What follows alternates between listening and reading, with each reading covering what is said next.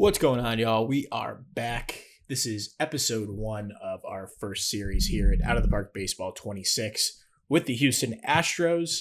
I got a couple comments recommending them, and I looked at their team. You know, it was on my short list of teams that I wanted to do, and I looked at their team, and this is probably one of the more interesting teams in baseball this year.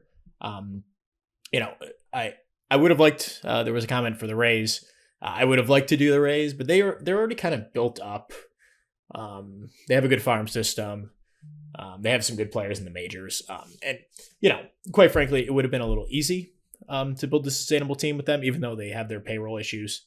That could be the next team we do. But we're going to start this year with the Astros. I've never seen anyone do an Astros save. And yeah, I mean, it's a really interesting team. We'll get into kind of where this team is altogether. I guess we could do that right now. So, coming off what'd they win? 91 games last year, maybe? Somewhere in that ballpark. They won 88 games last year. So their worst season, since, not including 2020, their worst season since 2016. It kind of feels like this team's on the downturn. They trade away Kyle Tucker this offseason. They got some nice pieces back. But, yeah, I mean, you trade away your best player, essentially. I mean, hot take, he's more valuable than Jordan. I love Jordan, and he's, an excellent player. It's probably a push between him and Tucker, who's the most valuable player on this team. But Tucker's defense, combined with his bat, he was hurt last year and stuff. But, a full season of Kyle Tucker would have been sick. Now he's with the Cubs. They did get a nice return, Isaac Paredes, who really struggled with the Cubs due to their field dimensions. A lot of people kind of theorized that was the reason why he struggled. Wrigley's not a hitter-friendly ballpark by any means.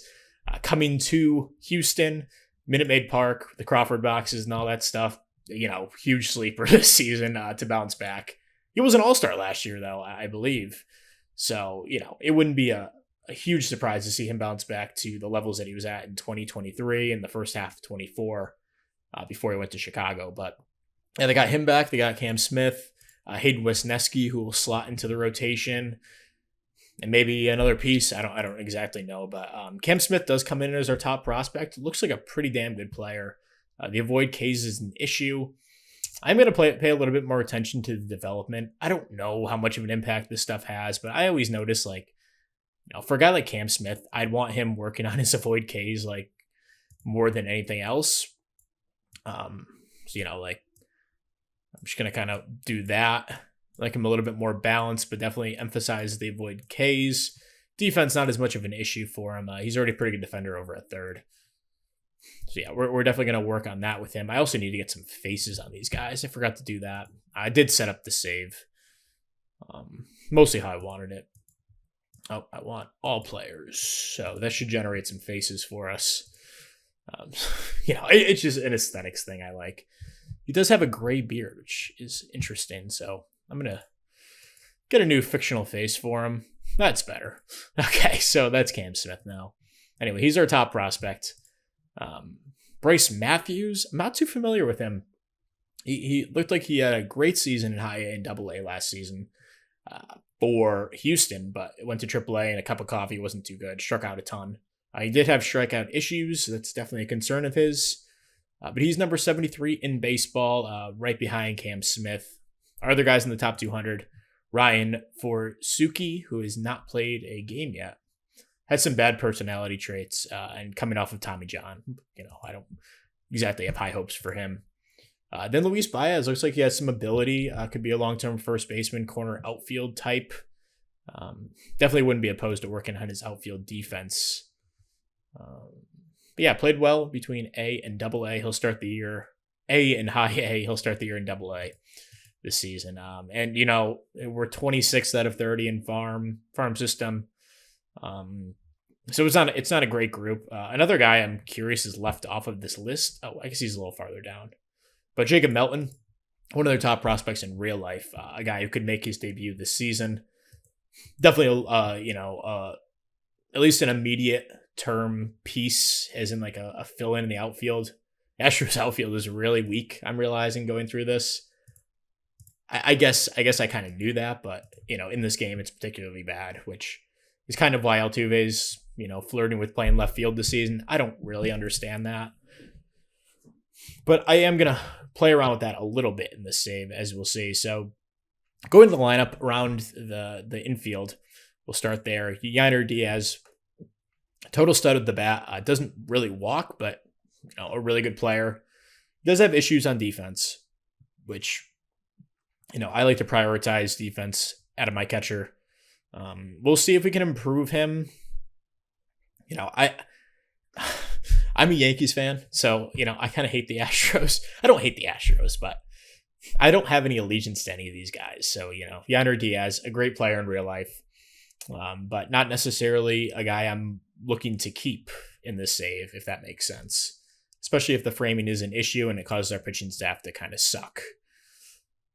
But as a hitter, really no complaints with him. He's a great player. Victor Caratini, our backup, could definitely do worse than that. He had a nice season for Houston last year. Had some decent ratings, good defender, a really solid backup to have in the building. Over at first base, Christian Walker signed to a pretty reasonable deal, 3 years, $20 million per. He's going to be playing in his age 34 season, so we'll see how this ages. But at the very least, he's a really good defender, good power hitter, slot in the middle of the lineup. I would love if the Yankees got him this offseason, but they went the Paul Goldschmidt route, which I guess is fine too. Another option over at first, John Singleton, a good above average power hitter, got a good eye, kind of a crappy personality though. But yeah, a great story. Getting drafted by Houston, signing that extension back in the day, not really doing anything, coming back in 23 for Milwaukee, and then getting traded to Houston, and actually having a pretty decent season last year. League average hitter as a DH, not too valuable, but overall a good player to have in the building. He's going to mix in a DH against righties, not really play as much against lefties. We have Jose Altuve, franchise legend, not a guy I'm going to trade just to keep this realistic. He has all the accolades in the world and also signed to a pretty big deal. It gets definitely manageable at the end, but the first 3 years might be a little tough. We'll see how he plays. His ability definitely leans toward the outfield at this point in his career, so I'm going to play him in left field against lefties, play him at second base against righties, just kind of how things worked out with the roster to start the season, but still a really good hitter. The defense kind of sucks, but it is what it is. Not a guy we're going to trade. Brendan Rodgers, they signed him to a minor league deal this offseason. I like Brendan Rodgers a lot. I don't know why he didn't generate more interest. Even though he's kind of injury prone, had a decent little season for Colorado last year, league average hitter, doesn't walk a ton, but, pretty much your, 20th best second baseman in the league. Probably should have gotten more than a minor league contract, in my opinion. We talked about Isaac Paredes, really good player, could work on the defense a little bit over at third. Definitely something we're going to look at this offseason, but definitely a long-term piece. I'm not going to call him a cornerstone at this point, but a guy that I'm going to keep around for a few years for sure. Jeremy Pena, everyone kind of thought he was going to be a superstar for the first year, and then he really has not improved since. The defense is fine in this game. He can play shortstop technically, but I don't really love this. This is like, a decent stopgap second baseman, in my opinion, not a starting shortstop for the long term. And then Yordan, just a total beast. He's going to be playing some left field. He's already fragile, so we have to kind of monitor that throughout the save. But they got him on a really good contract for what he is, up to age 30. Kind of a perfect time to either, extend him for 4 years if he's healthy, or we cut bait after that time. We'll see what happens there, though. But a great player and totally a cornerstone for this team. Probably the only cornerstone we have. Ben Gamel, nice little corner outfield platoon guy, signed to a major league free agent contract this year. A good fourth outfielder. Mauricio Dubon, perfect utility, super utility guy. I think the term super utility is a little overused. He's a utility player. He's not a guy who's going to play, 6 times a week and, play every position. It's not Ben Zobrist. He's not that player, but he can play everywhere on the field. If you need him to step in for an extended period of time at any position, he can definitely do that. So I love Mauricio Dubon in that utility role.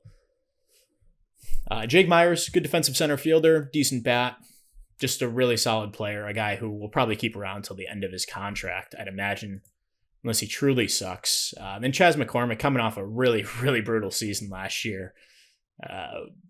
One of the reasons that I'd like to get Jacob Melton up here is replace a guy like Chas McCormick, he's just fine. Good fourth outfielder, but not a starter. So that's the hitting. Go over to the pitching, and things really aren't good at all. Framber is our ace, technically. He's a good starter in this game. We'll see kind of how he plays. I know the ratings are a lot different this year in that everyone's kind of tuned down, 30% by default. Like Framber is definitely better than a league average pitcher, but this is just kind of how it looks in this game. Have to get used to that. But Framber is a good player in real life. We'll see how he plays. He's a free agent at the end of the season. And this is kind of a make or break year for him in my eyes. Hunter Brown could definitely be a good middle to back end of the rotation guy on a good team. Had a nice second half of last season. I know the first half was brutal. Finished strong. We'll see how he plays in this. Ronel Blanco, another guy who had a really nice season. Houston just pumps these guys out. These really solid starters who seem to have good seasons. The FIP is a little concerning. Walks a lot of guys. That kind of plays here as well. And yeah, we'll see about Blanco, but he's our 3 starter. Spencer Arrighetti. Looks like he has some upside, 25 years old. Didn't have the best season last year for Houston. It's wait and see with him. Then Hayden Wesneski, they got him in the Kyle Tucker trade, formerly of the Yankees farm. And he's replacement level 5th starter. Definitely a guy we're going to look to replace in the short term. The bullpen's pretty top heavy. You got Josh Hader back here. Signed him to a big contract. First year in Houston didn't go quite as well as they would have hoped. Making him the highest paid reliever outside of Edwin Diaz, I believe. Yeah, he's good. I'm not too concerned about him. And then Brian Abreu, another guy, really good reliever. Those 2 guys are kind of the only cornerstones. Everyone else is pretty mid at best. Taylor Scott had a decent year for them last year. We'll see if he can continue that success. He's a 40 overall. This is a very replaceable guy. You got Caleb Ort, same story with him. Rafael Montero immediately fell off a cliff after they paid him. Pretty sad. He had that incredible, 21 season? 22 season. They paid him, and he just proceeded to suck. So we're stuck with him for another year, but he's a free agent. At the end of the season, Steve Okert. Another replaceable lefty. Forrest Whitley, former top prospect who has not worked out due to various reasons, suspension, underperformance, all that kind of stuff. And this is kind of his make or break year. He's out of options, so a guy who could be quickly DFA'd if he sucks. Also a selfish guy. Not really a guy I want to keep around. Then Miguel Castro. Been around the block a few times. He's played with a ton of teams at this point. Coming off a brutal season for Arizona last year. But yeah, he rounds out the bullpen. And there's not much to really speak about in AAA. I guess the only guy that really stuck out to me when I was looking through, Brian King looks okay as a replacement guy. Colton Gordon, there's not really much down here at all. Some of the starters are interesting. AJ Bluebaugh could be a decent fill-in starter. Miguel Uloa.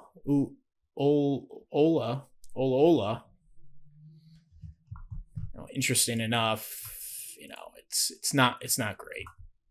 It's not great down here. And then with the hitters, you pretty much only have Jacob Melton, but a couple other guys. Zach DeSeno.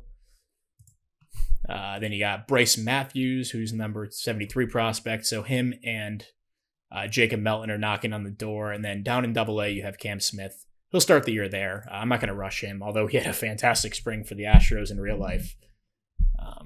I don't know if he might have. I doubt he made the team. He hasn't played above AA, but he had a 6th spring. Looking like early returns. That looks like a pretty good trade, especially if the Cubs can't extend Kyle Tucker. Then on the IL, we have pretty much a full pitching staff here. We got Christian Javier, whose luster has kind of fallen off since his great 2022 season. Injuries and all that stuff. Lance McCullers is still kicking around. Dude who just cannot stay healthy. Hasn't pitched since 2022 when he threw 47 innings. Sean Dubin, decent arm. Another guy who's out for a few weeks. JP France. I don't know, one of these guys who came out of nowhere for Houston, pitched pretty well. And then Luis Garcia, another guy who was a pretty good arm, can't stay healthy. So he's out with Tommy John. We'll be back in a few months. But Taylor Tremmel, decent replaceable player. And then Pedro Leon, a good defensive outfielder. Doesn't really do too much with the bat. We'll see if he turns into anything. But yeah, this team really is lacking cornerstones. We pretty much have Yordan. Altuve will be here. Christian Walker was a nice signing.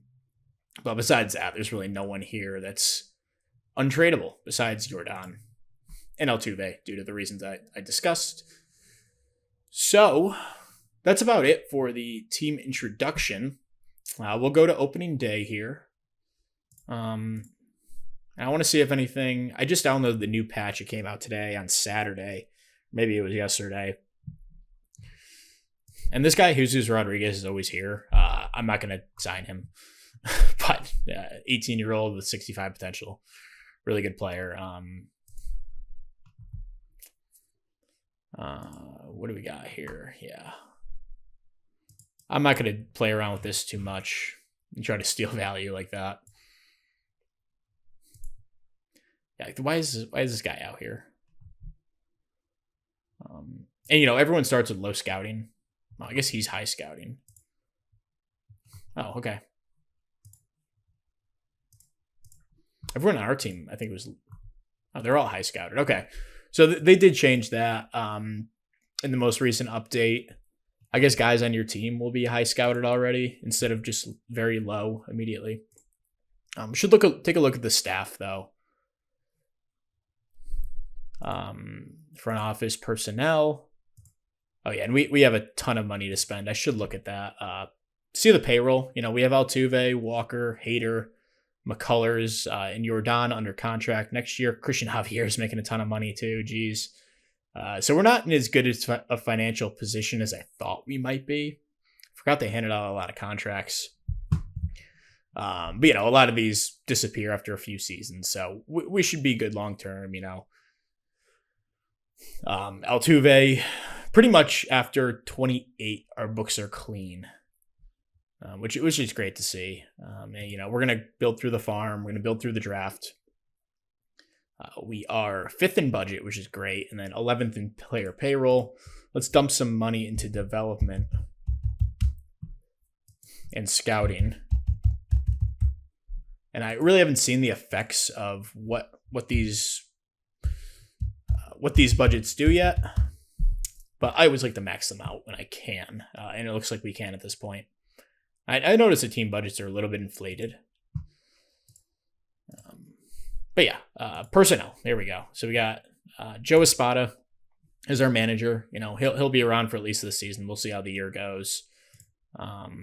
Bench coach, pretty average. Pitching coach, very average, which is kind of BS in my opinion. The Astros always seem to pump out good arms. Alex Cintron, very replaceable hitting coach. First base coach is kind of garbage. Dave Clark. Tony Perechika, he's probably our best coach. on the roster so far. Scouting guy is Derek Ladnier. He favors ability, not really the way I like to go usually, but we'll keep him around for at least this season. Then our team trainer is actually quite good. So prevents leg injuries, back injuries. I would like someone who prevents arm injuries a little bit better, but the back injuries is good because those, and the leg injuries, those seem to linger a lot in this game. So yeah, we have a decent, I don't know. We have a couple of good coaches that might hang around, but team chemistry, we have Taylor Trammell as our only captain. We have a couple of guys that are bad influences, Forrest Whitley and John Singleton. Thankfully, none of those are long-term pieces. So yeah, we need to get some more positive bodies in this building and rebuild the culture. But yeah, that's where we are to start the save. We'll go up to opening day. There was a couple changes that I did make. So the rookie leagues, they always start. How did I do this? Was it global settings? Here we go. No. How the heck did I do this before? Okay, here we go. Yeah, they always start in like May. And it's kind of foolish in my opinion because when you draft guys, they don't even get to play in the rookie league. So I'm making my rookie league start on July 12th, right after the draft. The draft is on the 11th. So the day after the draft, the rookie leagues will start. I'm having the Dominican League start in May, so those guys can play. And then, if I like how someone played in the Dominican League, I'll send them to the Rookie Ball League. Or I guess what do you call that? The complex leagues, and I'll have them play there as well. So just a quality of life thing that I want to do for my save. I also have expanded rosters on 30 players. I've done that for the past few years. And I like that a little bit better than 28. The only other change is, my development lab is 10 players instead of the default 8.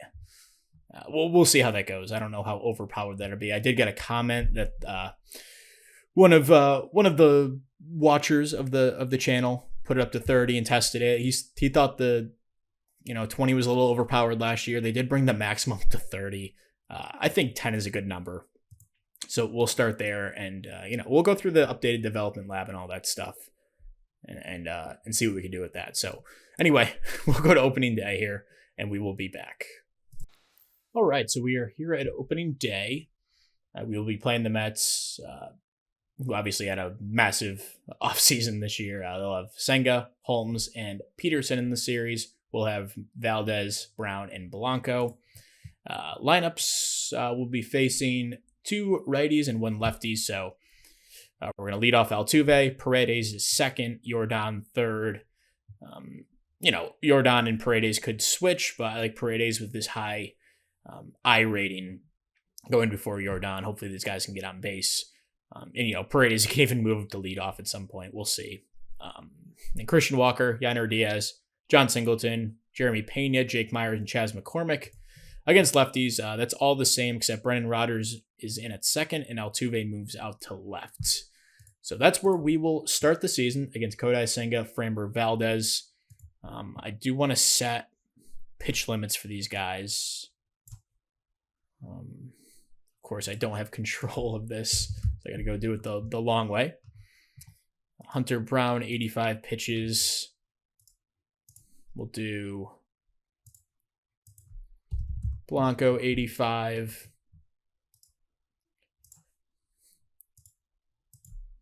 This rotation is pretty rough right now. We'll see how this all winds up playing out. Then we'll do the same. Framber, we'll let him go. We'll let him go as long as they want. We'll put a pitch limit of 100 right now.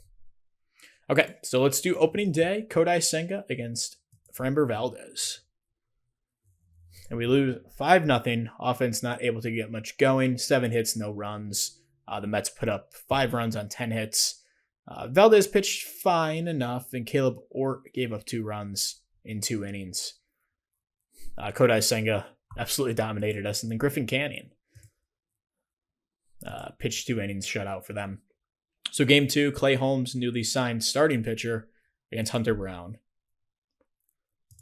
and we light up someone on their team. 15-2 win. The offense gets going. Altuve had a homer in this one. Jordan, 2 hits and an RBI. Jeremy Pena, the big player in this one, 2 hits, 4 RBIs. Yainer Diaz, 2 hits, 3 RBIs. Christian Walker had 3 hits, 2 ribbies. And Hunter Brown, a good start. Okert, a nice inning, 2 1/3 innings in relief. And Miguel Castro throws 1 scoreless to close it out. So look for the series win here. Ronel Blanco against David Peterson. And we lose 8-3. And Blanco was suspended for 6 games. That's great. Altuve, 3 hits, 2 RBIs, and pretty much all we can get going on offense there. Jordan driving a run. Blanco got suspended immediately, so we have to use our entire bullpen essentially afterwards. So yeah, we're going to have to... Oh, we have an off day, so that's perfect. Let those guys rest. So yeah, that's how we will start the season. And we will be back for an update probably around sometime in May. But maybe April. We'll see. We'll be back. All right, so we're actually back here April 12th. We're 7-6 right now. But Spencer Arrighetti just threw a no-hitter, 4 walks through 119 pitches.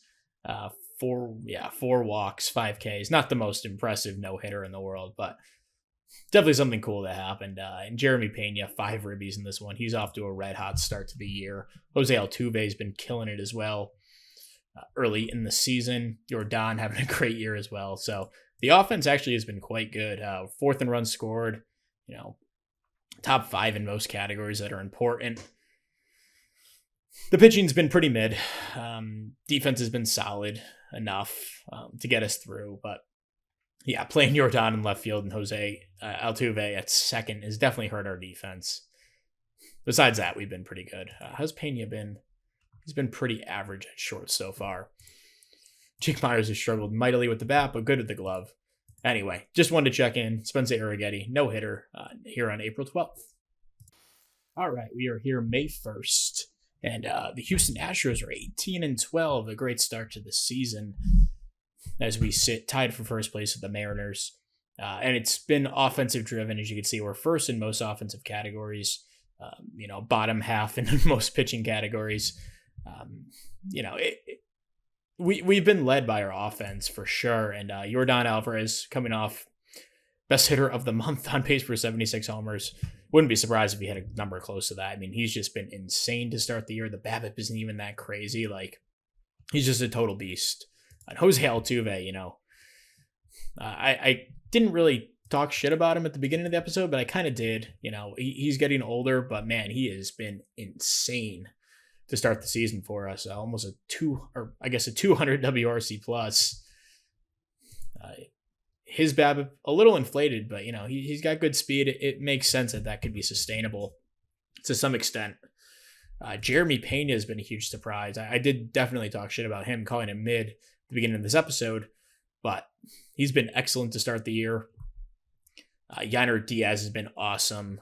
Even if he has some deficiencies behind the plate with his framing, he's been a great hitter. Brendan Rodgers has been really good in part-time duty.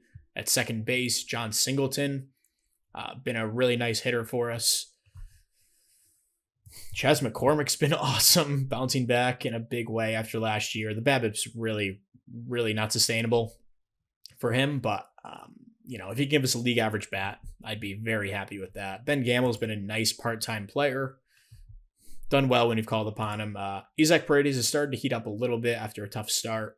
Would like to get the walk rate up a little bit more, but everything else looks pretty good. He's at a low BABIP, but that's kind of part of his game. He's 40 out of 50. Probably going to be a 250 BABIP guy. If he can give me a 115 WRC plus, I'd be very happy with that. Christian Walker has struggled to start the year. Hasn't hit for much power.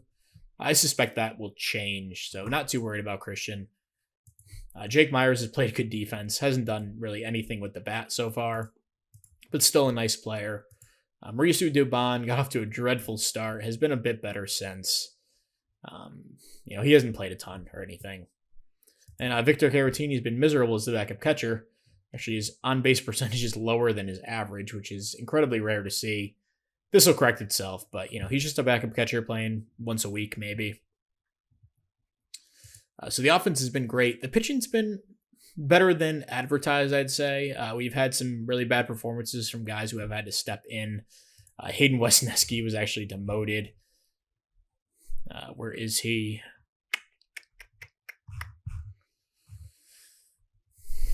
I don't even know where he went. Here he is. He got demoted.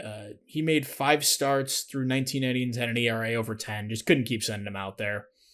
So he's in AAA, working on that. We called up Colton Gordon to make a spot start. He was bad. I think we wound up winning this game. Yeah, we won 10-8, but he was not a part of that. A part of the winning effort. Then Luis Contreras has been up and down to start the year, but he's pitched well when he's been up. The guys on the active roster, Ronel Blanco got off to a tough start. He's been better in his last few starts, though. Framber got off to a tough start as well. He's had a nice 4th start kind of run here. I mean, maybe 3 starts, you'd call it. This one wasn't great, but yeah, he's been much better. Hunter Brown's been very solid as our 3. Spencer Arrighetti, through the no-hitter, has had a really nice run of starts to begin the year. Did struggle in his last one, but he's been our best pitcher so far. And then Sean Dubin just came back from injury, so he made 2 rehab starts. He'll be back now as one of our starters. Josh Hader has been very solid this season. Brian Abreu's had a couple tough games. Besides that, he's been good. Taylor Scott's been solid enough. Caleb Ort's been good. Rafael Montero's bounced back and had a nice season. Steve O'Kurt has been solid. Forrest Whitley got hurt for a little bit. He's come back. Hasn't been too good, but we'll see what happens with him. Then Miguel Castro has been solid. It's been a pretty good start to the year overall. 8-12, about as good as you could ask for from this team. So we'll see if this sustains. Little prospect check-in. Cam Smith has played really well in AA. Definitely going to be in line for a promotion, probably at the beginning of June when I usually do all this stuff. He's been good. Bryce Matthews has been really good in AAA as well. I don't know if he's quite ready to be called up at this point, but could be our second baseman of the future. And Jacob Melton has also played really well in AAA, a guy who's much closer to the majors than Bryce Matthews. But those are like kind of our guys in the upper minors that we really like. Miguel Olola. God, that's hard to say.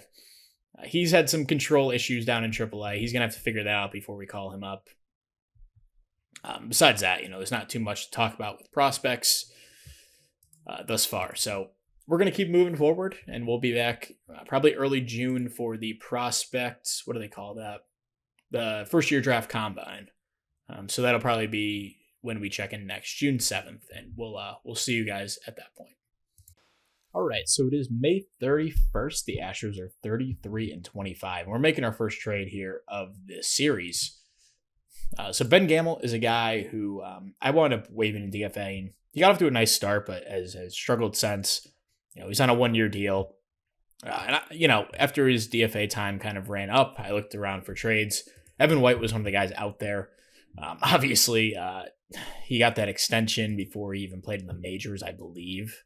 Back in 2019, and has never been able to be a major league player, unfortunately.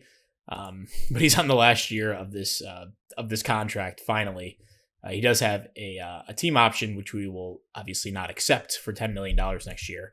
But they're looking for someone to take on the rest of this deal. And Ben Gamel was one of the guys that they kind of wanted, I guess, for that deal. I was kind of looking around in their farm system, see what I liked. So I saw a couple guys that were interesting. Austin Gordon, guy who's currently playing rookie ball. By the way, when I went to go change the timeline for opening days and when the season starts for all those rookie league teams,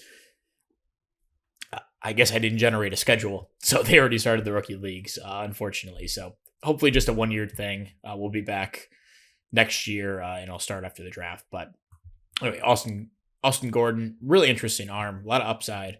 Only a 3-pitch guy, which I don't love for starters, but even if he's just a good reliever, that's totally worth just a half a season of Evan White's contract. Then Sammy Natera, 25-year-old lefty, much higher floor than Gordon. Pretty similar pitchers, honestly. And I think Natera is probably a reliever, but maybe he's a starter long term. Who knows? He's also a leader, does have low work ethic, but yeah, we'll see what happens with him. And we're not really giving up too much in return. Brendan Rodgers has had a nice season, but he's a free agent after the end of the season. A replaceable type second baseman. We could always move Altuve back to second. We could work on something else with another player. He's a nice player, but, not going to hold up this trade. And he was kind of the last part that we need to add in. We're giving up Joey Mancini, 24-year-old. Theoretical upside, but he's already old, almost 25. In just a few months, he's had a nice year in Double-A. I don't know. He's not going to hold up this trade. Jose Fleury has some theoretical upside as well as maybe a swingman type, but nothing I'm really concerned about losing. And Pedro Leon, a 27-year-old, good defender, good speed. Bat might be like a 90 WRC plus type of player. He's put up 103 in AAA, so that tracks. But yeah, again, an older player, not really concerned about losing him. We have plenty of outfield depth in the minors. So yeah, this is the first trade. Our money will drop $2.6 million, but I think it's worth taking on that money to be able to get these two guys in the building. We're not giving up too much, so building up the farm system a little bit at a time, and that's what smart teams do. I think they make those savvy trades where they take on money when they can. So yeah, we'll add Evan White. Who knows if he'll wind up playing in the majors? There's a chance he will. And I'm also looking for an upgrade at DH. John Singleton has really fallen off since a decent start. He's just not really cutting it at this point. So whenever there's an upgrade available, we will probably pull the trigger. We do have Taylor Trammell up in the majors now. I put him on rehab. He got hurt. And then he went on rehab again and is just now coming back. I want to play in 32 games in AAA and killed it down there, but I just didn't have a spot for him. Eventually, the Ben Gamel move was the move that finally got him on the roster. So maybe Trammell's the guy who takes the at-bats from Singleton. We move Alvarez back to true DH so he doesn't to play the field, which he has been horrendous at this season. So I think that might be the move, at least temporarily, to get Singleton off the field. Pitching-wise, we've been able to piece this together somehow. Brandon Walter has made 2 starts for us. He made 4 relief appearances at the beginning of the year. But he's made 2 starts, and he's, hasn't been good, but he's kept us in the games, and we wound up winning both of them with really good offense. And that's kind of all we're looking for out of him at this point until we can get another starter in this building.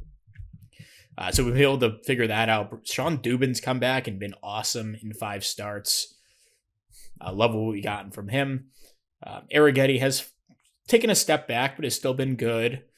Hunter Brown has definitely taken a step back recently, but he'll keep his rotation spot at least for now. And then Framber Valdez has been really, really solid this year. No complaints from him. We do have Wes Neski back up in the majors. He's been pretty good in 2 appearances since coming back from a dreadful start to the year.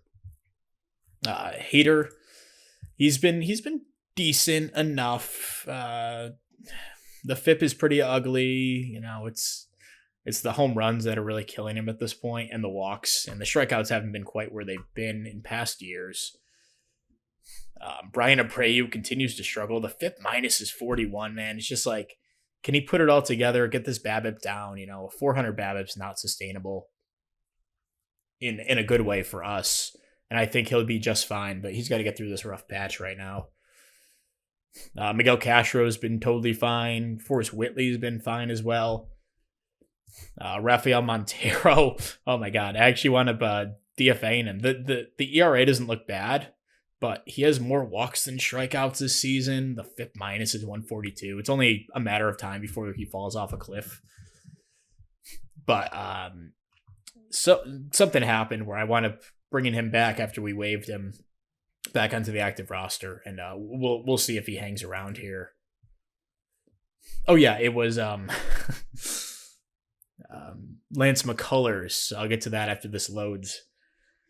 He wound up making one rehab start. I called him up to the majors because we kind of needed a starter.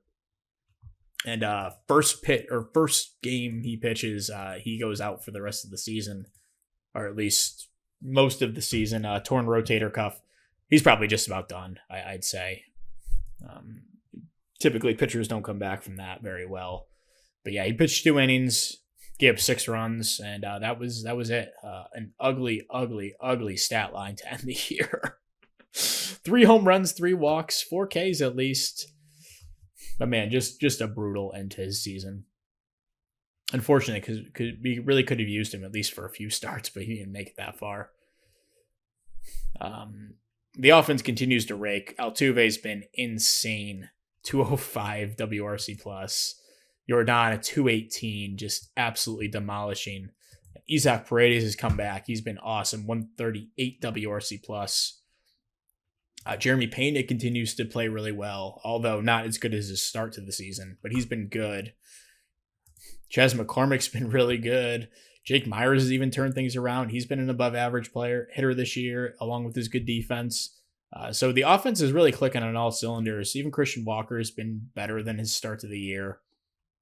It's really just that DH spot that we're struggling with at this point, but I think we'll probably wind up giving some at bats. Maybe it's even Jacob Melton here. We do have an open roster spot after that trade. So just going down to AAA, kind of seeing what's going on. I mean, Evan White was playing well down there. I believe he's probably out of options. Oh, he has one more option here, actually. So we got like Zach DeSeno, who I like. And he's played well in AAA. But that would, I don't want to carry too many first basemen on this team. I think it might be Jacob Melton time, honestly. He's played really well in AAA. Cam Smith I did call up finally after 184 plate appearances. He was crushing AA, so called him up to AAA just as a little aside. We got Cooper Hummel down here, who's a decent little player. Quincy Hamilton's played well. Shea Whitcomb's interesting. He played some games in the majors last season. Well, where is this person gonna play? It'll probably be. Let's see. Let's consider Singleton out for now. Alvarez goes to DH. How's Altuve been at second? He's been bad at second. Been much better in left. Let's just make Altuve our left fielder. That might change, but going down to AAA. And what? Let's give Shea Whitcomb the call. We'll see what he can bring. And then the AAA roster, we have 2 catchers, bunch of infielders, no outfielders. So is there an outfielder in AA that's playing well? We're also short on dudes down here. Zach Cole, a guy I like, we'll call him up to AAA. Although he has the strikeout issues, but a good defender. He's 24 years old. Let's give him the call to AAA. And then we need some more guys in AA now as a result. Luis Encarnacion, call him up. He's been good. I usually do this around June anyway, so this is kind of the perfect timing. This guy's been good enough. Sorting by WAR, looks like our best guy has been this catcher. But I don't even know if he'll have any opportunity to play. Now, we don't really have a good catcher. Miguel Palma's actually, he's okay. Yeah, let's call up this guy here. We'll leave Janik down for a bit more. We don't have a ton of depth in AA or in that AA high A range. Down in A-ball, a lot of good hitters down here. Cesar Hernandez has been really good. Anthony Huzeno, he's only he's only 19. Drew Vogel, he's gotten some at-bats. Let's call him up to high A. Sorting by WAR, Cesar Hernandez has been really good. He's 22. Let's call him up to high A. He's had a nice little season. Is anyone playing well in rookie ball so far? Wainer Luciano has the ratings to play. We'll call him up to A ball. Now, we are a little bit short on guys here, so anyone playing really well in Dominican League? This guy could use some at-bats. Let's just send this guy there to fill the roster. Then Quintana's not actually starting, so let's just send him over to the Florida Complex League. Okay, now we're a little bit more even for rosters. Only 15 guys in A-ball. That's fine for the moment. High A, we also have 15. Double A, we're still light, but it's fine. And then Triple A, we're good. So, very good. Back to the Major League team. We will, I think Whitcomb's, you may as well just slot him in every day at second base. See how he does. We'll throw Dubon in there maybe every third game to start. We'll demote him down in the order. Get Whitcomb out here. It's righties as well. And same thing. You know what? Maybe let's do Trammell for the moment. We'll use Dubon as our backup outfielder. He probably won't play too much because all of our outfielders are playing well. Maybe we'll throw him in every, fifth game out and left. And Dubon can fill in. Now, Whitcomb is pretty much a second base only type of guy. He can play some first base, maybe a little bit of third. We'll put him in at second and third and keep Singleton as our backup at first and DH. So that looks pretty good. We'll stick with that for the moment. And we have the Combine in just a few days. So we'll come back for that and go over kind of what our strategy is. All right, so we're back for the Combine. We have the 21st pick in this year's draft. Go into the pool. You have Ethan Halzay here at the top. Obviously not going to be available at that point. If we look at the mock drafts, they expected to take Quentin Young. Pretty good pick. High schooler, big power, not a ton of eye, but that can be worked on. We'll add him to our watch list at least. Jamie Arnold, always a guy I like. The few times I've gone through this, we'll add him to our scouting. Also, it looks like all these guys start on average now, so that's good, but better than being super low. Matt Scott looks really interesting. Love the personality. That'd be a great get. Definitely at the top of my big board for this range. Like Irish, he looks okay, but not a ton of defense. Tyler Bremer's okay. Dean Curley I like. We'll add him to our watch list. Merrick Houston's interesting.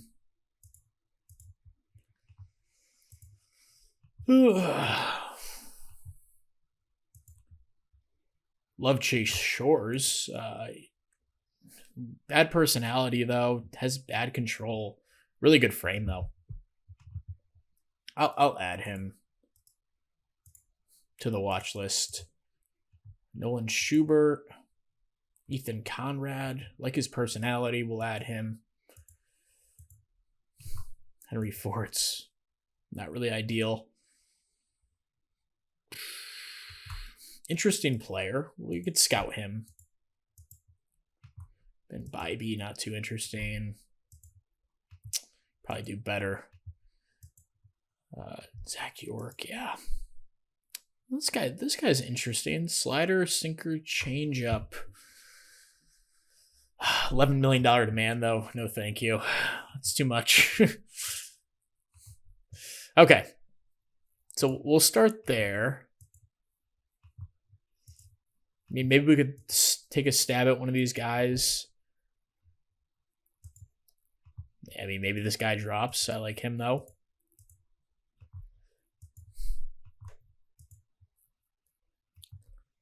Kevin Klein's interesting. This guy's pretty good if he was to fall to us.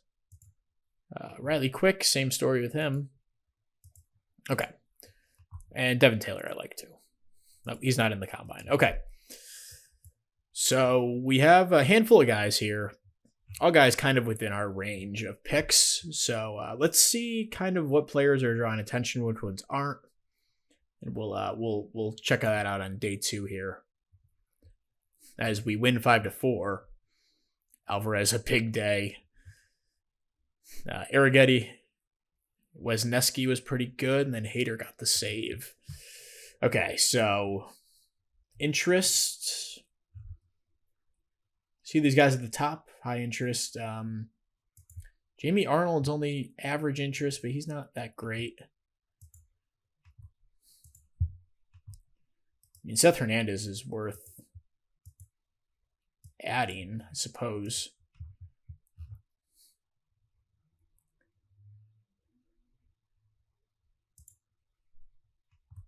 Mitrovic, this guy is interesting. Can add him. These guys have low interest. Don't really love him. Ethan Conrad. I wish there was a way to right click on these guys and add them so I didn't have to keep going back and forth, but we already have him in our short list.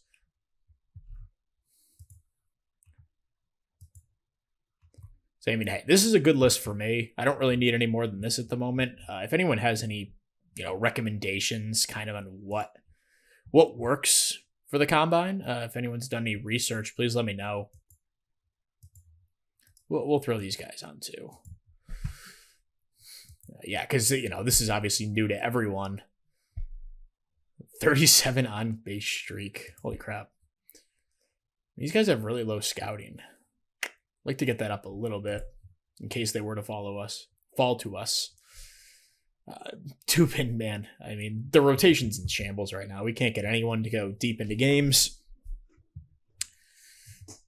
Okay.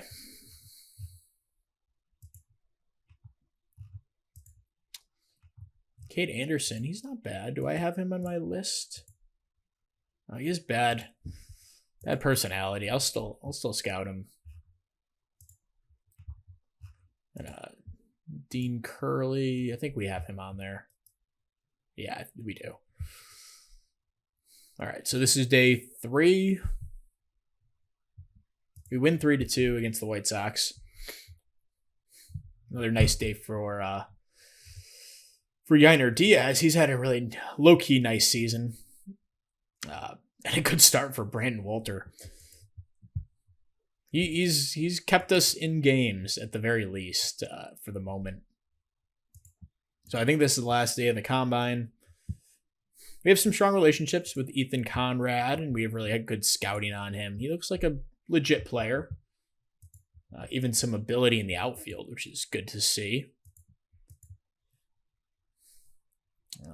So let's see what day 4 brings us. And yeah, they'll all disappear. Not terribly useful, but I'm sure there's a way to go to the results, I'd imagine. But yeah, Luis Garcia due to come back. That'll be a nice little boost to our rotation. We can get Brandon Walter out of there as valiantly as he's pitched, but we'll send Garcia on a rehab assignment. Yeah, okay, so that's the end of the combine. Don't really know the results. We'll see how everything plays out on July 11th for the drafts. So we'll come back around that time, getting some deadline stuff, and we'll keep moving. Okay, so as we try to thread the needle of a rebuild and a retool and a win now, kind of trying to do a competitive rebuild or retooling, I would say. Josh Hader has kind of become like, he's a good player and he's had a nice season. But, I mean, he's making $19 million for the next 3 years after this. I mean, it's a lot of money for a closer in what we don't really know will be a win now window. I'm okay doing that if, it's your last piece and you're going for it. But, in year 2 of this deal, I don't think it's crazy that the Astros would want to try to get out of this And we have Jeremy Pena here as well in this trade. He's had a decent little year, but the defense at shortstop isn't quite where I want my shortstop to be. Again, I said at the beginning of the year, he's kind of a long-term second baseman. If you're looking to keep him on your team. On the offense, it's been about league average. He's definitely fallen off since a hot start. I still think he can be a good player, but I'm trying to maximize while he still has a lot of value. And Brandon Walter, not a nothing player in the trade. He's pitched significant innings for us this year and has been serviceable enough in that role, so he'll also be included in this deal. And the package we're getting back is really, really exciting. We'll start with the least exciting parts. Danny Hechavarria, literally just a guy to play shortstop after we trade Pena. He's a little bit better defensively. Honestly, kind of a push. Better defensively. I don't know what I said. But honestly, kind of a push offensively as well. He's had a decent year. An 81 OPS plus, 78 WRC plus, and he's played better defense than Pena.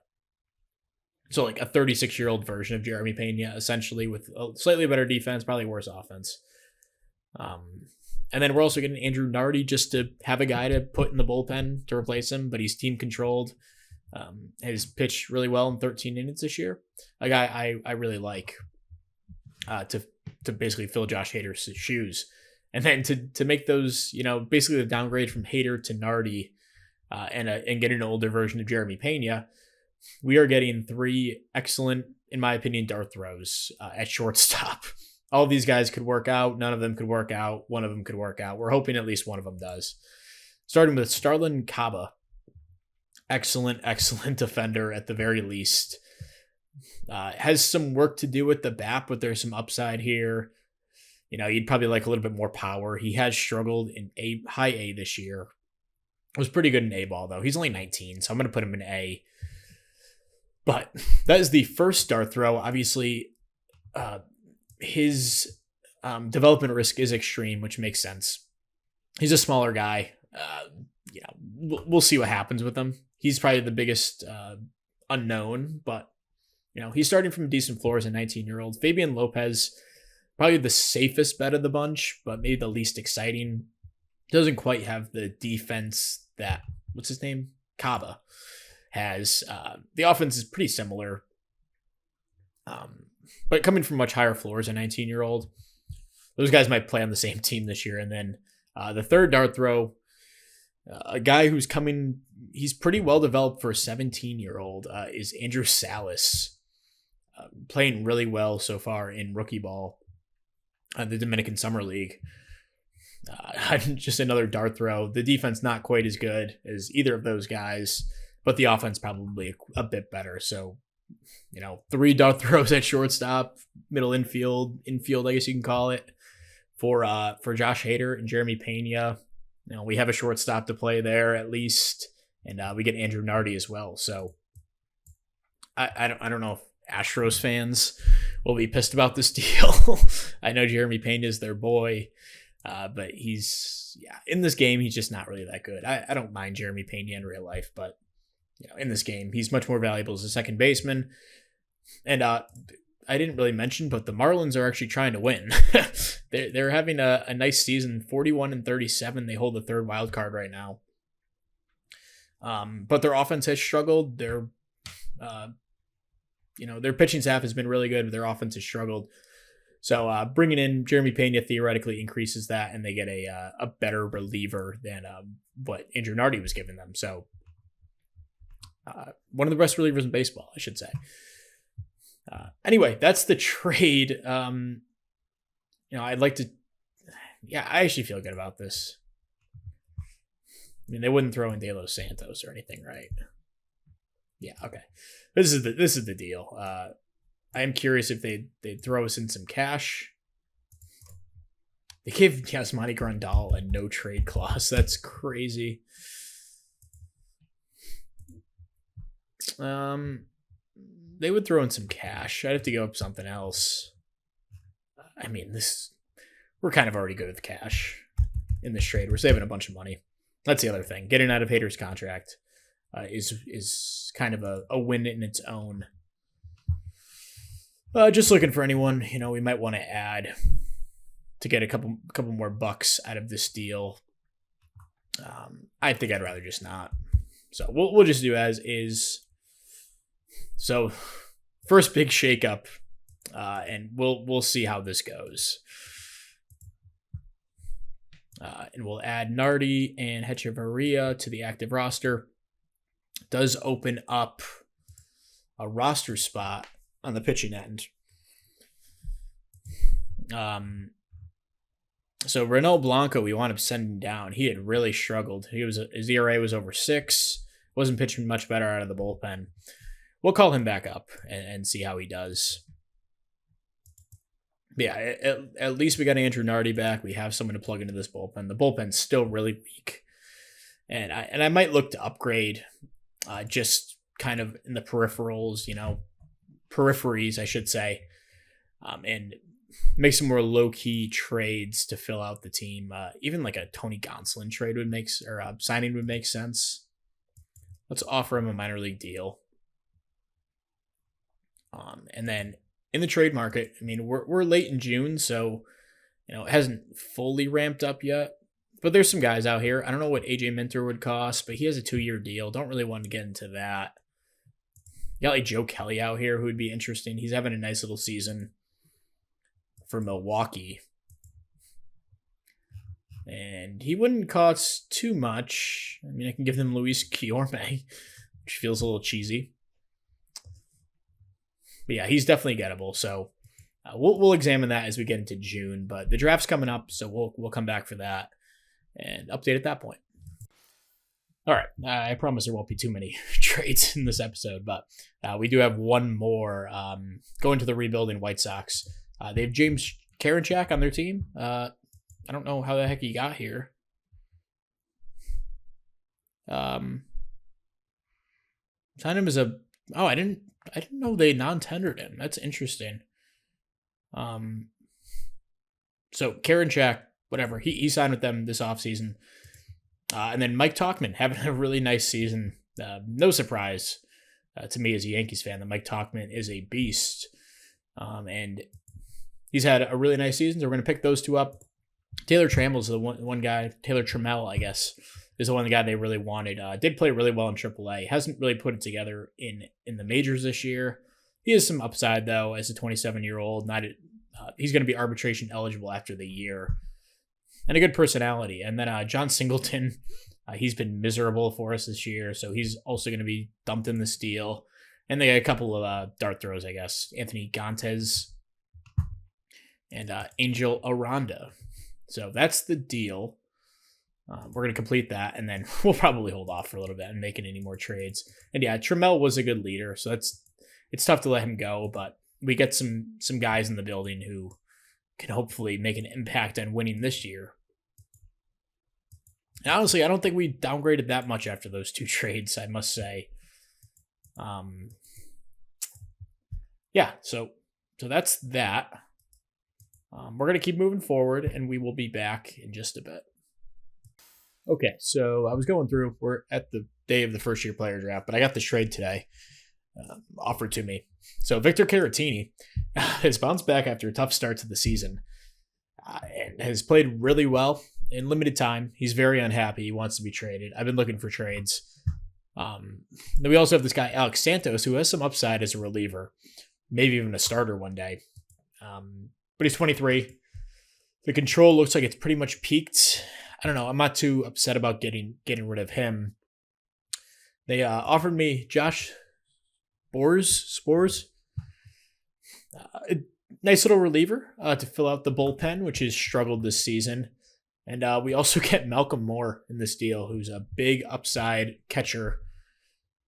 And the reason that they want Caratini so bad is their catching tandem in the majors is playing very bad.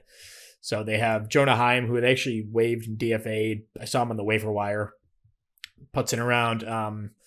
He has not played well this season.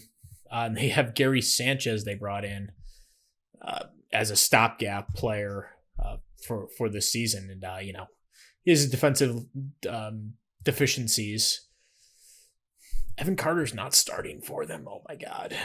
That's crazy. Leodis Tavares continues to play. Wow, that sucks for Evan Carter. I hope he gets a shot. I mean, he's played enough this season, but it sucks. He's been their best hitter.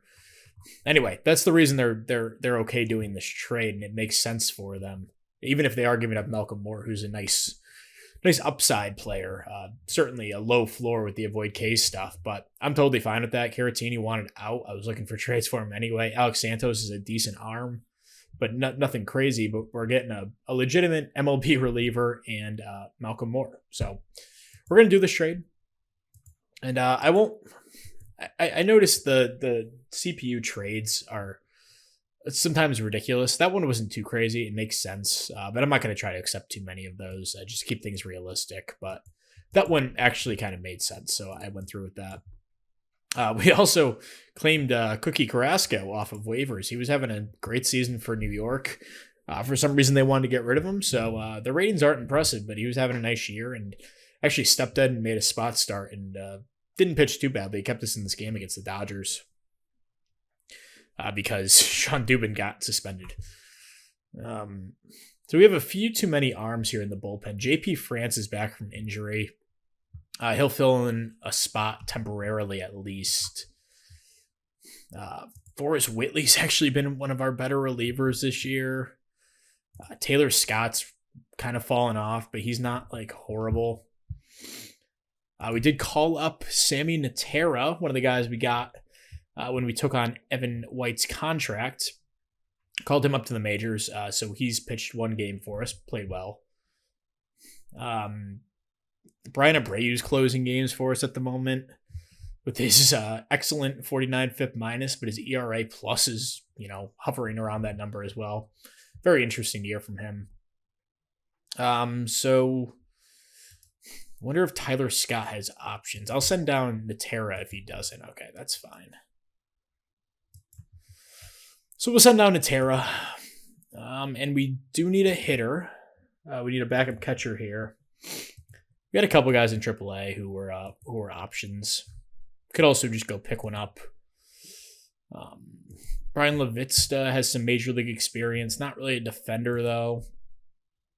Miguel Palma I just called up to AAA. I don't know if he's necessarily ready, but I mean, you may as well. He's kind of reached his peak. He has good leadership, something we could probably use. And Joe Hudson's the other option, who did play for the Mets last year. Wow. That's a crazy, like immaculate grid pull or something.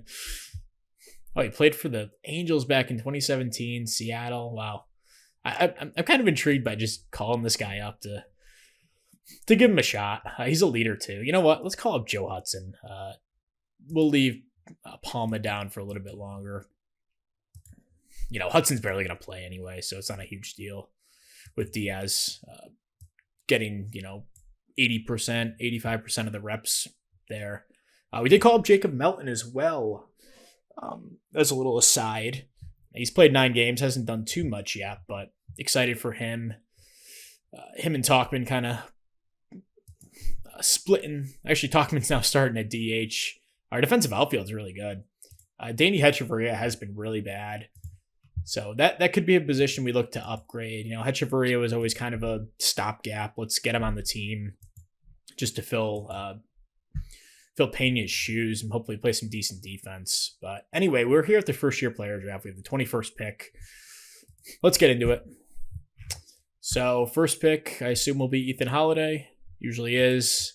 Yes, it is. Who has low baseball IQ. That's interesting. Second pick, Jace Laviolette. Casey Cunningham goes third. I've seen him go all over the place when I go through these drafts. Okay, we're just going to go to our pick here. So Trent Carraway, Devin Taylor was a guy I was looking at.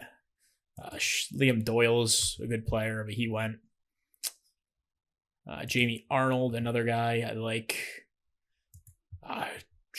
Was that shortstop that I liked? Was he gone? Which one was it? Was it Quentin Young? No, it wasn't Quentin Young. Billy Carl. No, the shortstop that I liked is still there, I believe. Let's go to the sortable list. Easier way to look at this. Maybe I was just imagining that there was a shortstop that I liked. Justin Lampkin, really nice floor. Cam Leiter, like him a lot. Kind of has the issue that some of our other starters do with the control, but we can get around that with the rest of his stuff. Matt Scott, I really liked. He had the great personality. An older version, essentially. Or I guess the same age as like a Cam Leiter. I think we probably go pitcher here. Our pitching depth is pretty rough in the minors. And there's some good arms here. Who's our scout think?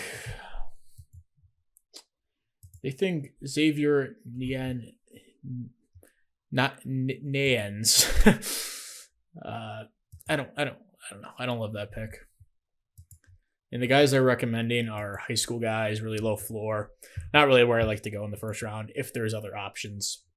Tyler Bremer, I kind of glossed over him. Holy crap, the OSA loves him.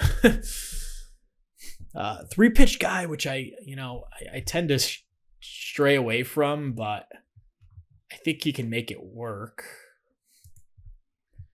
Justin Lampkin has the rough personality. Not sure about him. Cam Leiter is a good option. But I think I like Matt Scott the most of all these guys. Of the college guys that I'm looking at least. The thing I hate about this is oh yeah, this guy's pretty good too. When I scroll down and you see how Patrick Forbes here is at the bottom, it freaking goes back to the top. Very annoying. I wish he just stuck in one spot. It's very frustrating. Then I lose my spot when I'm scrolling through. Of course, this isn't really meant to, that's why they have the sortable list screen. But anyway, I think I'm going to go with Matt Scott here. Love his upside. Love his personality. The control is an issue, but we can definitely work on that. That's one of the easier things to do in the lab too. So Matt Scott, bonus demand under slot as well, which is very helpful. And we don't have a second round pick, so this one's really important. So I think that was a Christian Walker. We lost our second round pick, or maybe it was something with the cheating thing. I don't know. Not sure why they don't have a second round pick. I assume it's Christian Walker though. Anyway, we'll meet his demand. They took the confetti out too. I saw that in the patch notes. Okay. Auto draft to our next pick. Pretty late, so we'll see who's still available. Eli Pitts is just a guy I know has good defense. A couple times I've gone through this. Our scout thinks we should pick Pablo Torres, reliever. Yeah, probably a little early for a reliever here in the third round, but I'm not totally opposed. Nate Snead.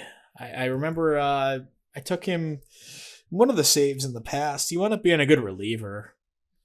I think it was in last year's game. Or maybe it was 24. I feel like it was like the twin save in OOTP 24. But anyway, fastball, curveball, changeup, cutter, pretty good pitch mix. Does lack the stamina, but everything else looks pretty good. The control's a little low, but I like Nate Snead a lot, especially if none of the hitters intrigue me. Tucker Biven's pretty good too. He kind of lacks stamina. I need at least a 40 there to work with.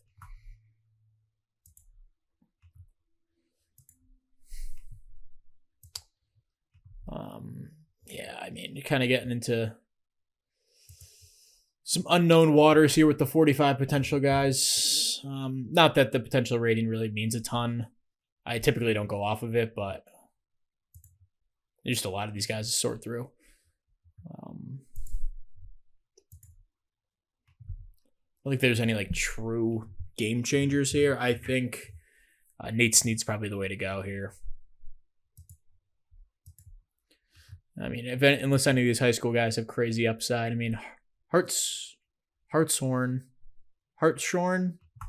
however you say that, has pretty good upside. Alec Blair too does lack the work ethic. Zach Strickland, not really much more upside than Snead. And Marcos Paz is interesting. Good work ethic, but low baseball IQ. I like that they took out intelligence and added that too. That's much more. I just like that more. Anyway, who the heck were we gonna take? It was.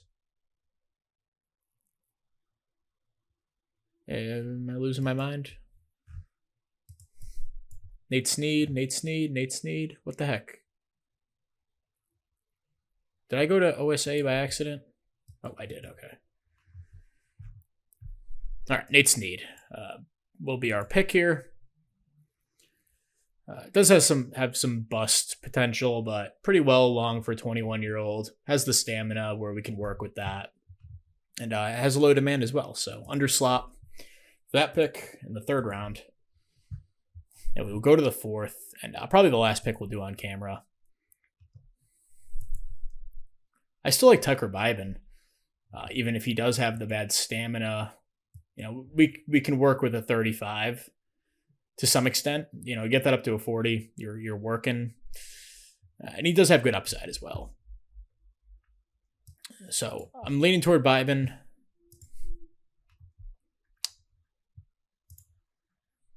Gavin Jones.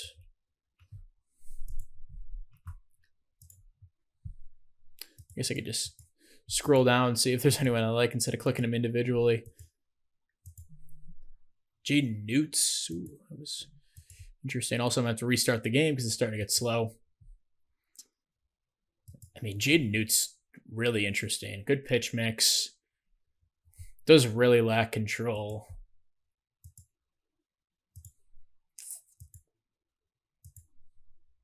And these are only pitchers, so I should probably go to all players.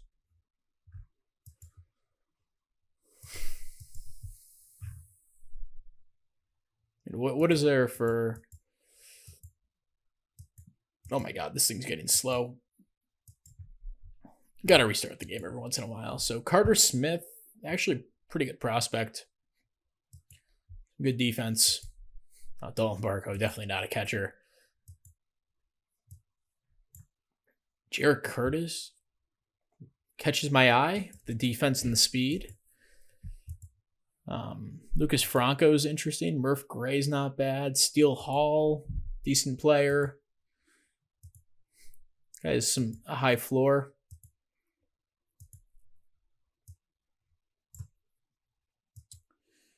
Yeah, there's not too much here for hitters.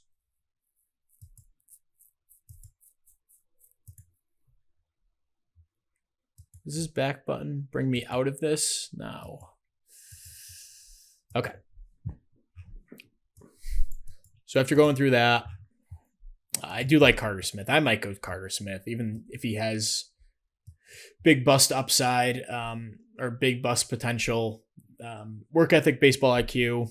We'll throw a dart here in the 4th round with a hitter instead of going all pitching here, and draft Carter Smith in the 4th round. So we'll do the rest of the draft off camera. I have to restart the game anyway. So we will be back at the end of the draft for the results.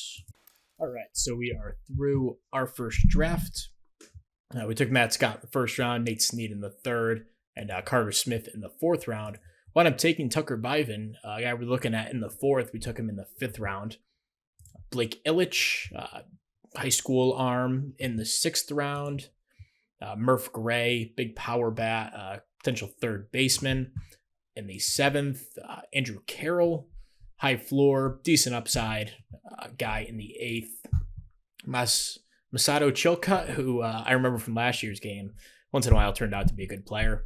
We take him here in the 9th round. Does lack power, but everything else, there's some potential there. Tyler Dean, a reliever, a pretty good one. In the 10th, Tracer Lopez, one of these, dart throws in the infield. Emmanuel Lantigua, another infielder, does lack personality, but there wasn't a ton available at this range. So just throwing a dart there and make sure he does not be a two-way player. We have Griffin Hughes in the 13th. We got this guy, Brennan Phillips, Max Cool, Matthew Boughton. These guys I was taking for work ethic and, personality traits, essentially. A couple of young guys. This guy has good work ethic, baseball IQ. Another guy with good work ethic, has some tools, no control, but then Christian Smith. We took him, high baseball IQ, in the 20th round. So that was the draft, and we're going to move forward into the trade deadline. And we are 46 and 47, so treading water with 500. We're still in reach of the division. Wild card spots not looking great. The AL East looks like it's pretty stacked this year. With looks like Baltimore leading the division, Blue Jays, Yankees, Red Sox all in position to make the wild card. But we're not too far out of reach. The division is probably much more gettable though, as we move here into the second half of the season. As for the deadline, we'd like to get a placeholder shortstop, kind of in the mold of Adeiny Hechavarria, but maybe just a little bit better. He did lose some range as well.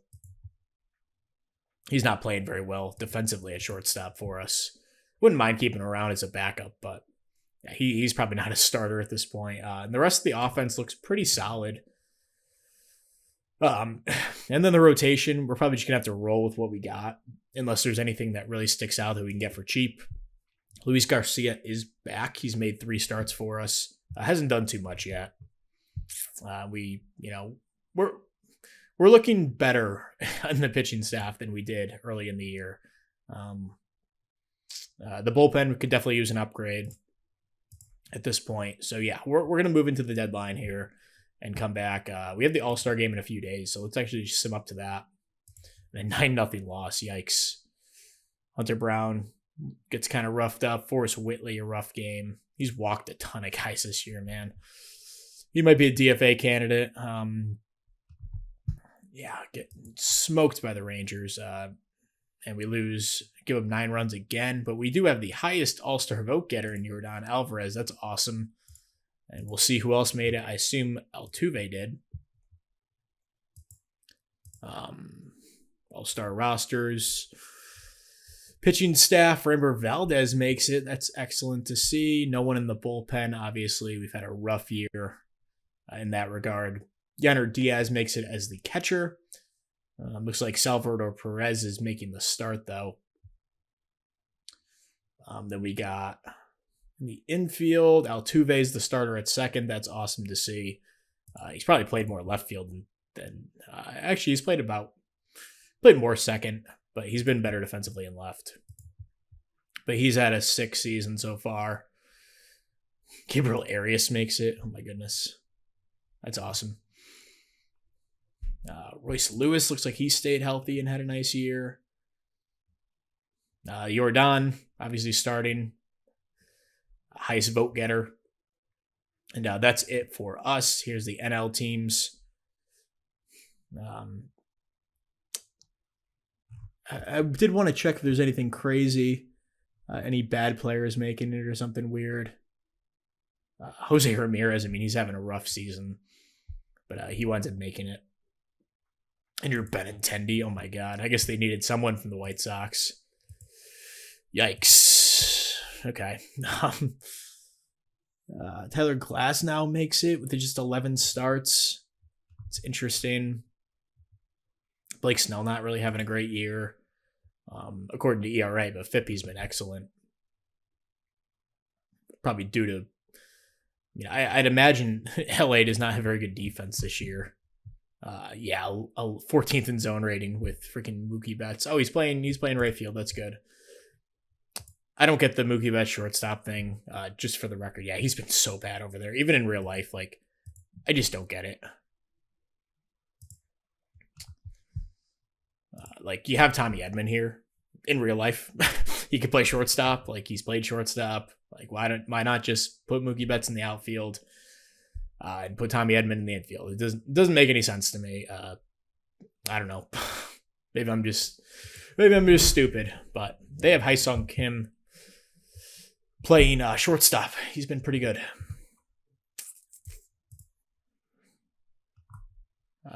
Anyway, yeah, they've struggled from bad defense. Okay, so we're going to keep moving forward. We'll be back for any more deadline deals. Probably looking for a reliever, maybe another starter and a shortstop. Okay, so I know I didn't really, I know I said I wanted to get a starter, but I was shopping around Framber Valdez, who I still don't know what to do with at this point. He's a free agent after the year. He's had a great season, so a part of me wants to keep him around, but he does want a pretty sizable contract at age 31. He's going to be going into his age 32 season next year. It's a little rich. We're not like flowing with cash at this point, so I think Valdez winds up getting traded depending on how we go into the deadline. We're 3 games below 500. And, I was just shopping him around. I want to, Edwin Arroyo was drafted or offered to me, who's always been an OTP god. He's kind of sitting in the AAA, AA for Cincinnati, and a good defensive player, can at least be a stopgap shortstop, if not more than that. And I wound up taking him out, adding Sean Dubin, 29. You know what? Now that I'm thinking about this, it probably makes more sense to give them Framber. Dubin doesn't really have the stamina that I like in a starter, though. Like, I don't know if he is a starter, but yeah, I don't know. This is difficult because I want to keep Dubin because he has team control, but I also think I can get more for Alvarez. I think I can get more for Valdez, not Alvarez. Just prospect package. Let's see what people are throwing around. Oh, so this is different. Curtis Mead. I mean, that'd be sweet to pick him up. And Mac Horvath. It's a good trade. I got Cade Smith here, who I really like. Bryce Cunningham, a good reliever. Justin Lang, so like 3 top starters from the Yankees. I don't know if that's very realistic to make a trade at the Yankees. Who's this guy? Yeah, not too interesting. We got Jonathan Cannon from the White Sox. He's a good arm. It doesn't make any sense for the White Sox to trade for Valdez. I assume they suck. I mean, they can't be good, right? Yeah, they're horrible. That makes no sense. That's not very realistic. Had Jordan Beck here from the Rockies. Assuming that they also suck, that doesn't make any sense, though. The Rockies are disgusting. Oh my god, that's insane. Okay, are they going for it? They're not even good. Oh my god. I mean, they're 4th in runs scored, but they're playing in Colorado. I guess their pitching's been good enough. That's interesting, to say the least. Anyway, Jordan Beck's an option.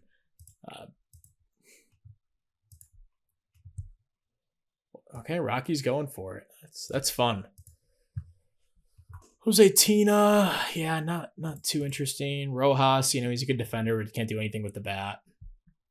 That holds true. Grant McCray, my boy. Yeah, probably not enough. Yeah, a couple, dart throws. Not too interesting. Felipe Dilick, yeah.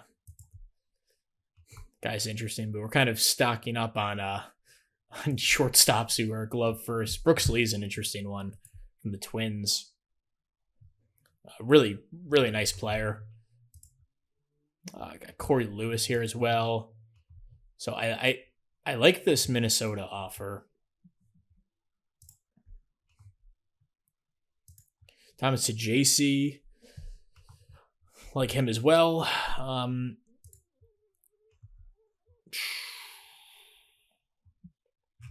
mean, Curtis Mead would be sweet to bring in. We don't really have a position for him, though. We got Christian Walker over at first. Unless we turn around and flip Walker, but that's just a lot to do in one season, and I'm not trying to completely blow this up. I also like this Yankees trade. Cade Smith, really good arm, a potential mid-rotation starter. Yeah, Bryce Cunningham, kind of same story with him to a lesser extent, probably more of a reliever. And then Justin Lang, who is one of the Yankees' top prospects in real life, at least a top 10 guy. So I like that trade quite a bit. It's just the realism with trading with the Yankees, that's all. But I don't think this is crazy.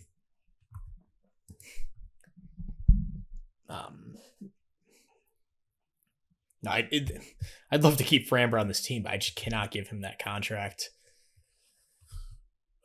Especially because they already made some questionable extensions for guys. We got Lance McCullers making $18 million to probably not pitch next year. Christian Javier, he's on a rehab assignment right now. He'll be back soon, so he can actually just plug right in. There's a lot of non-tender candidates here, like Mauricio Dubon, likely going to be non-tendered. Like Talkman's set to make $6 million. That's a lot for him. But we're pretty strapped for cash next year. So Framber is probably not in the cards. And we could cut back on our development and stuff, but I don't know. He has been so good this year, though. I gotta think about this. I'm gonna go off camera for a second and just look over some other possible trades, and we'll see what we can do. All right, so the sell-off begins. I wound up going through pretty much all the win now teams, just seeing what the market was for Valdez out here, and it seems like the Giants kind of gave me the most for what I wanted. Framber's had such a great year. The real problem is he's a free agent. I have to extend him. He's 31 years old, kind of in that really bad spot where you don't want to give him too long of a contract. If he was 29, I'd be totally fine giving him a 5-year deal. But, he wants a 6-year deal at age 32 he's going to be next year. So go through his age 37 season. I mean, even if I got that down to 4 years, it's still a little rich. It's going to be very difficult, and we're probably going to suck for the rest of the year without him. But unfortunately, this is kind of how the cookie crumbles. And I mean, there's a chance we can even re-sign him in free agency, but we'll see what the Giants do with him. We're also giving up Chas McCormick in this deal. Not something I really want to do, but I'm going to sell him while his value's high, and he's having a decent season. As for other guys, Batista, a 23-year-old reliever, Gene Pinto, a 24-year-old reliever, Jairo Solis, a 25-year-old reliever, and then Anderson Brito, kind of the other big piece in this deal. They really wanted him. I like him, but he looks like a reliever in my eyes, so I'm not too upset giving him up in this deal. And in return, the big get is Josar Gonzalez, a 17-year-old, a ton of bust potential, but has high baseball IQ, low work ethic, but I think those will probably cancel each other out. And you hope this guy works out. But if he doesn't, it's not the end of the world. It's a rental for the Giants. And to kind of hedge that, we're also getting Rainer Arias, another, probably a higher floor, maybe a lower ceiling, but looks like a nice player potentially for us. And then Camilo Duvall, we're going to throw him in. As kind of a throw-in, he's having a really bad season, but I think we can bring him back to relevancy as a major league player. So that's the trade. I did have a deal with Ryan Walker in there too, and now that I'm thinking about it, it kind of makes more sense. The only thing, basically, the other guy I had to give up was where the heck is he? Is he hurt? Yeah. Bryce Matthews, who I'm not opposed to giving up at all. Teams value him pretty highly. So if I threw in Bryce Matthews, I threw in Ryan Walker. Yeah, so, I mean, is it worth giving up Bryce Matthews to get Ryan Walker instead of Camilo Duvall? I mean, maybe. He's cheaper for sure. And I don't really think that much of Bryce Matthews, and they really like him. He's having a really rough year in AAA, striking out way too much. It's kind of in his game. He's 23. I don't know if that's ever going to develop.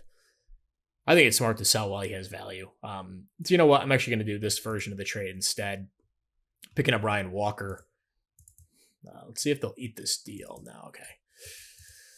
So we're right on the fringe of accepting. So yeah, Framber, unfortunately, we're kind of our hand has been forced to trade him. I mean, we could, make it work and re-sign him, and maybe we will in the offseason, but this is kind of too good to pass up here. So we're going to pull off this trade, and the teardown kind of begins here. And we will go to the Reds. And I did have this deal also put together. Looks like they changed their mind, so I meant to throw in something else. Doesn't look too bad. Bennett Sousa, he actually doesn't look too bad of a player. I'm looking for someone mid-20s, don't really care about. They were going to accept this trade, so kind of unfortunate that they're not anymore. Colton Gordon, perfect. Guy who made a start for us this year on the 40-man. So yeah, Sean Dubin, who's had a nice season for us, but he's 29. We can get good value for him. I don't really see him as a starter with that stamina. That ticks down to a 30. All of a sudden, he's a reliever only.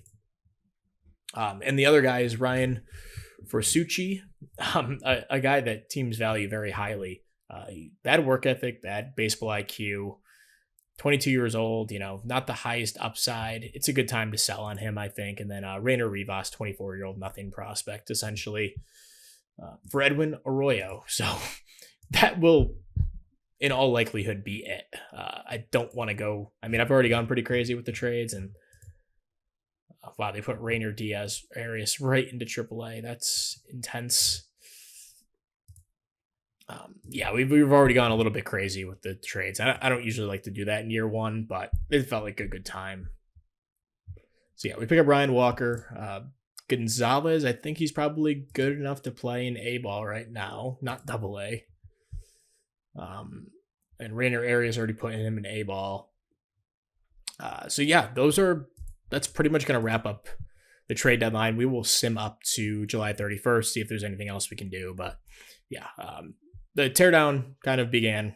And I forgot to mention another reason that I decided to do it is Jordan he's going to miss about a week and a half with an injury. So we've kind of scuffled, although we were pretty bad before that. But yeah, this is always going to be a retooling year. And I think we've gotten massive returns so far. And,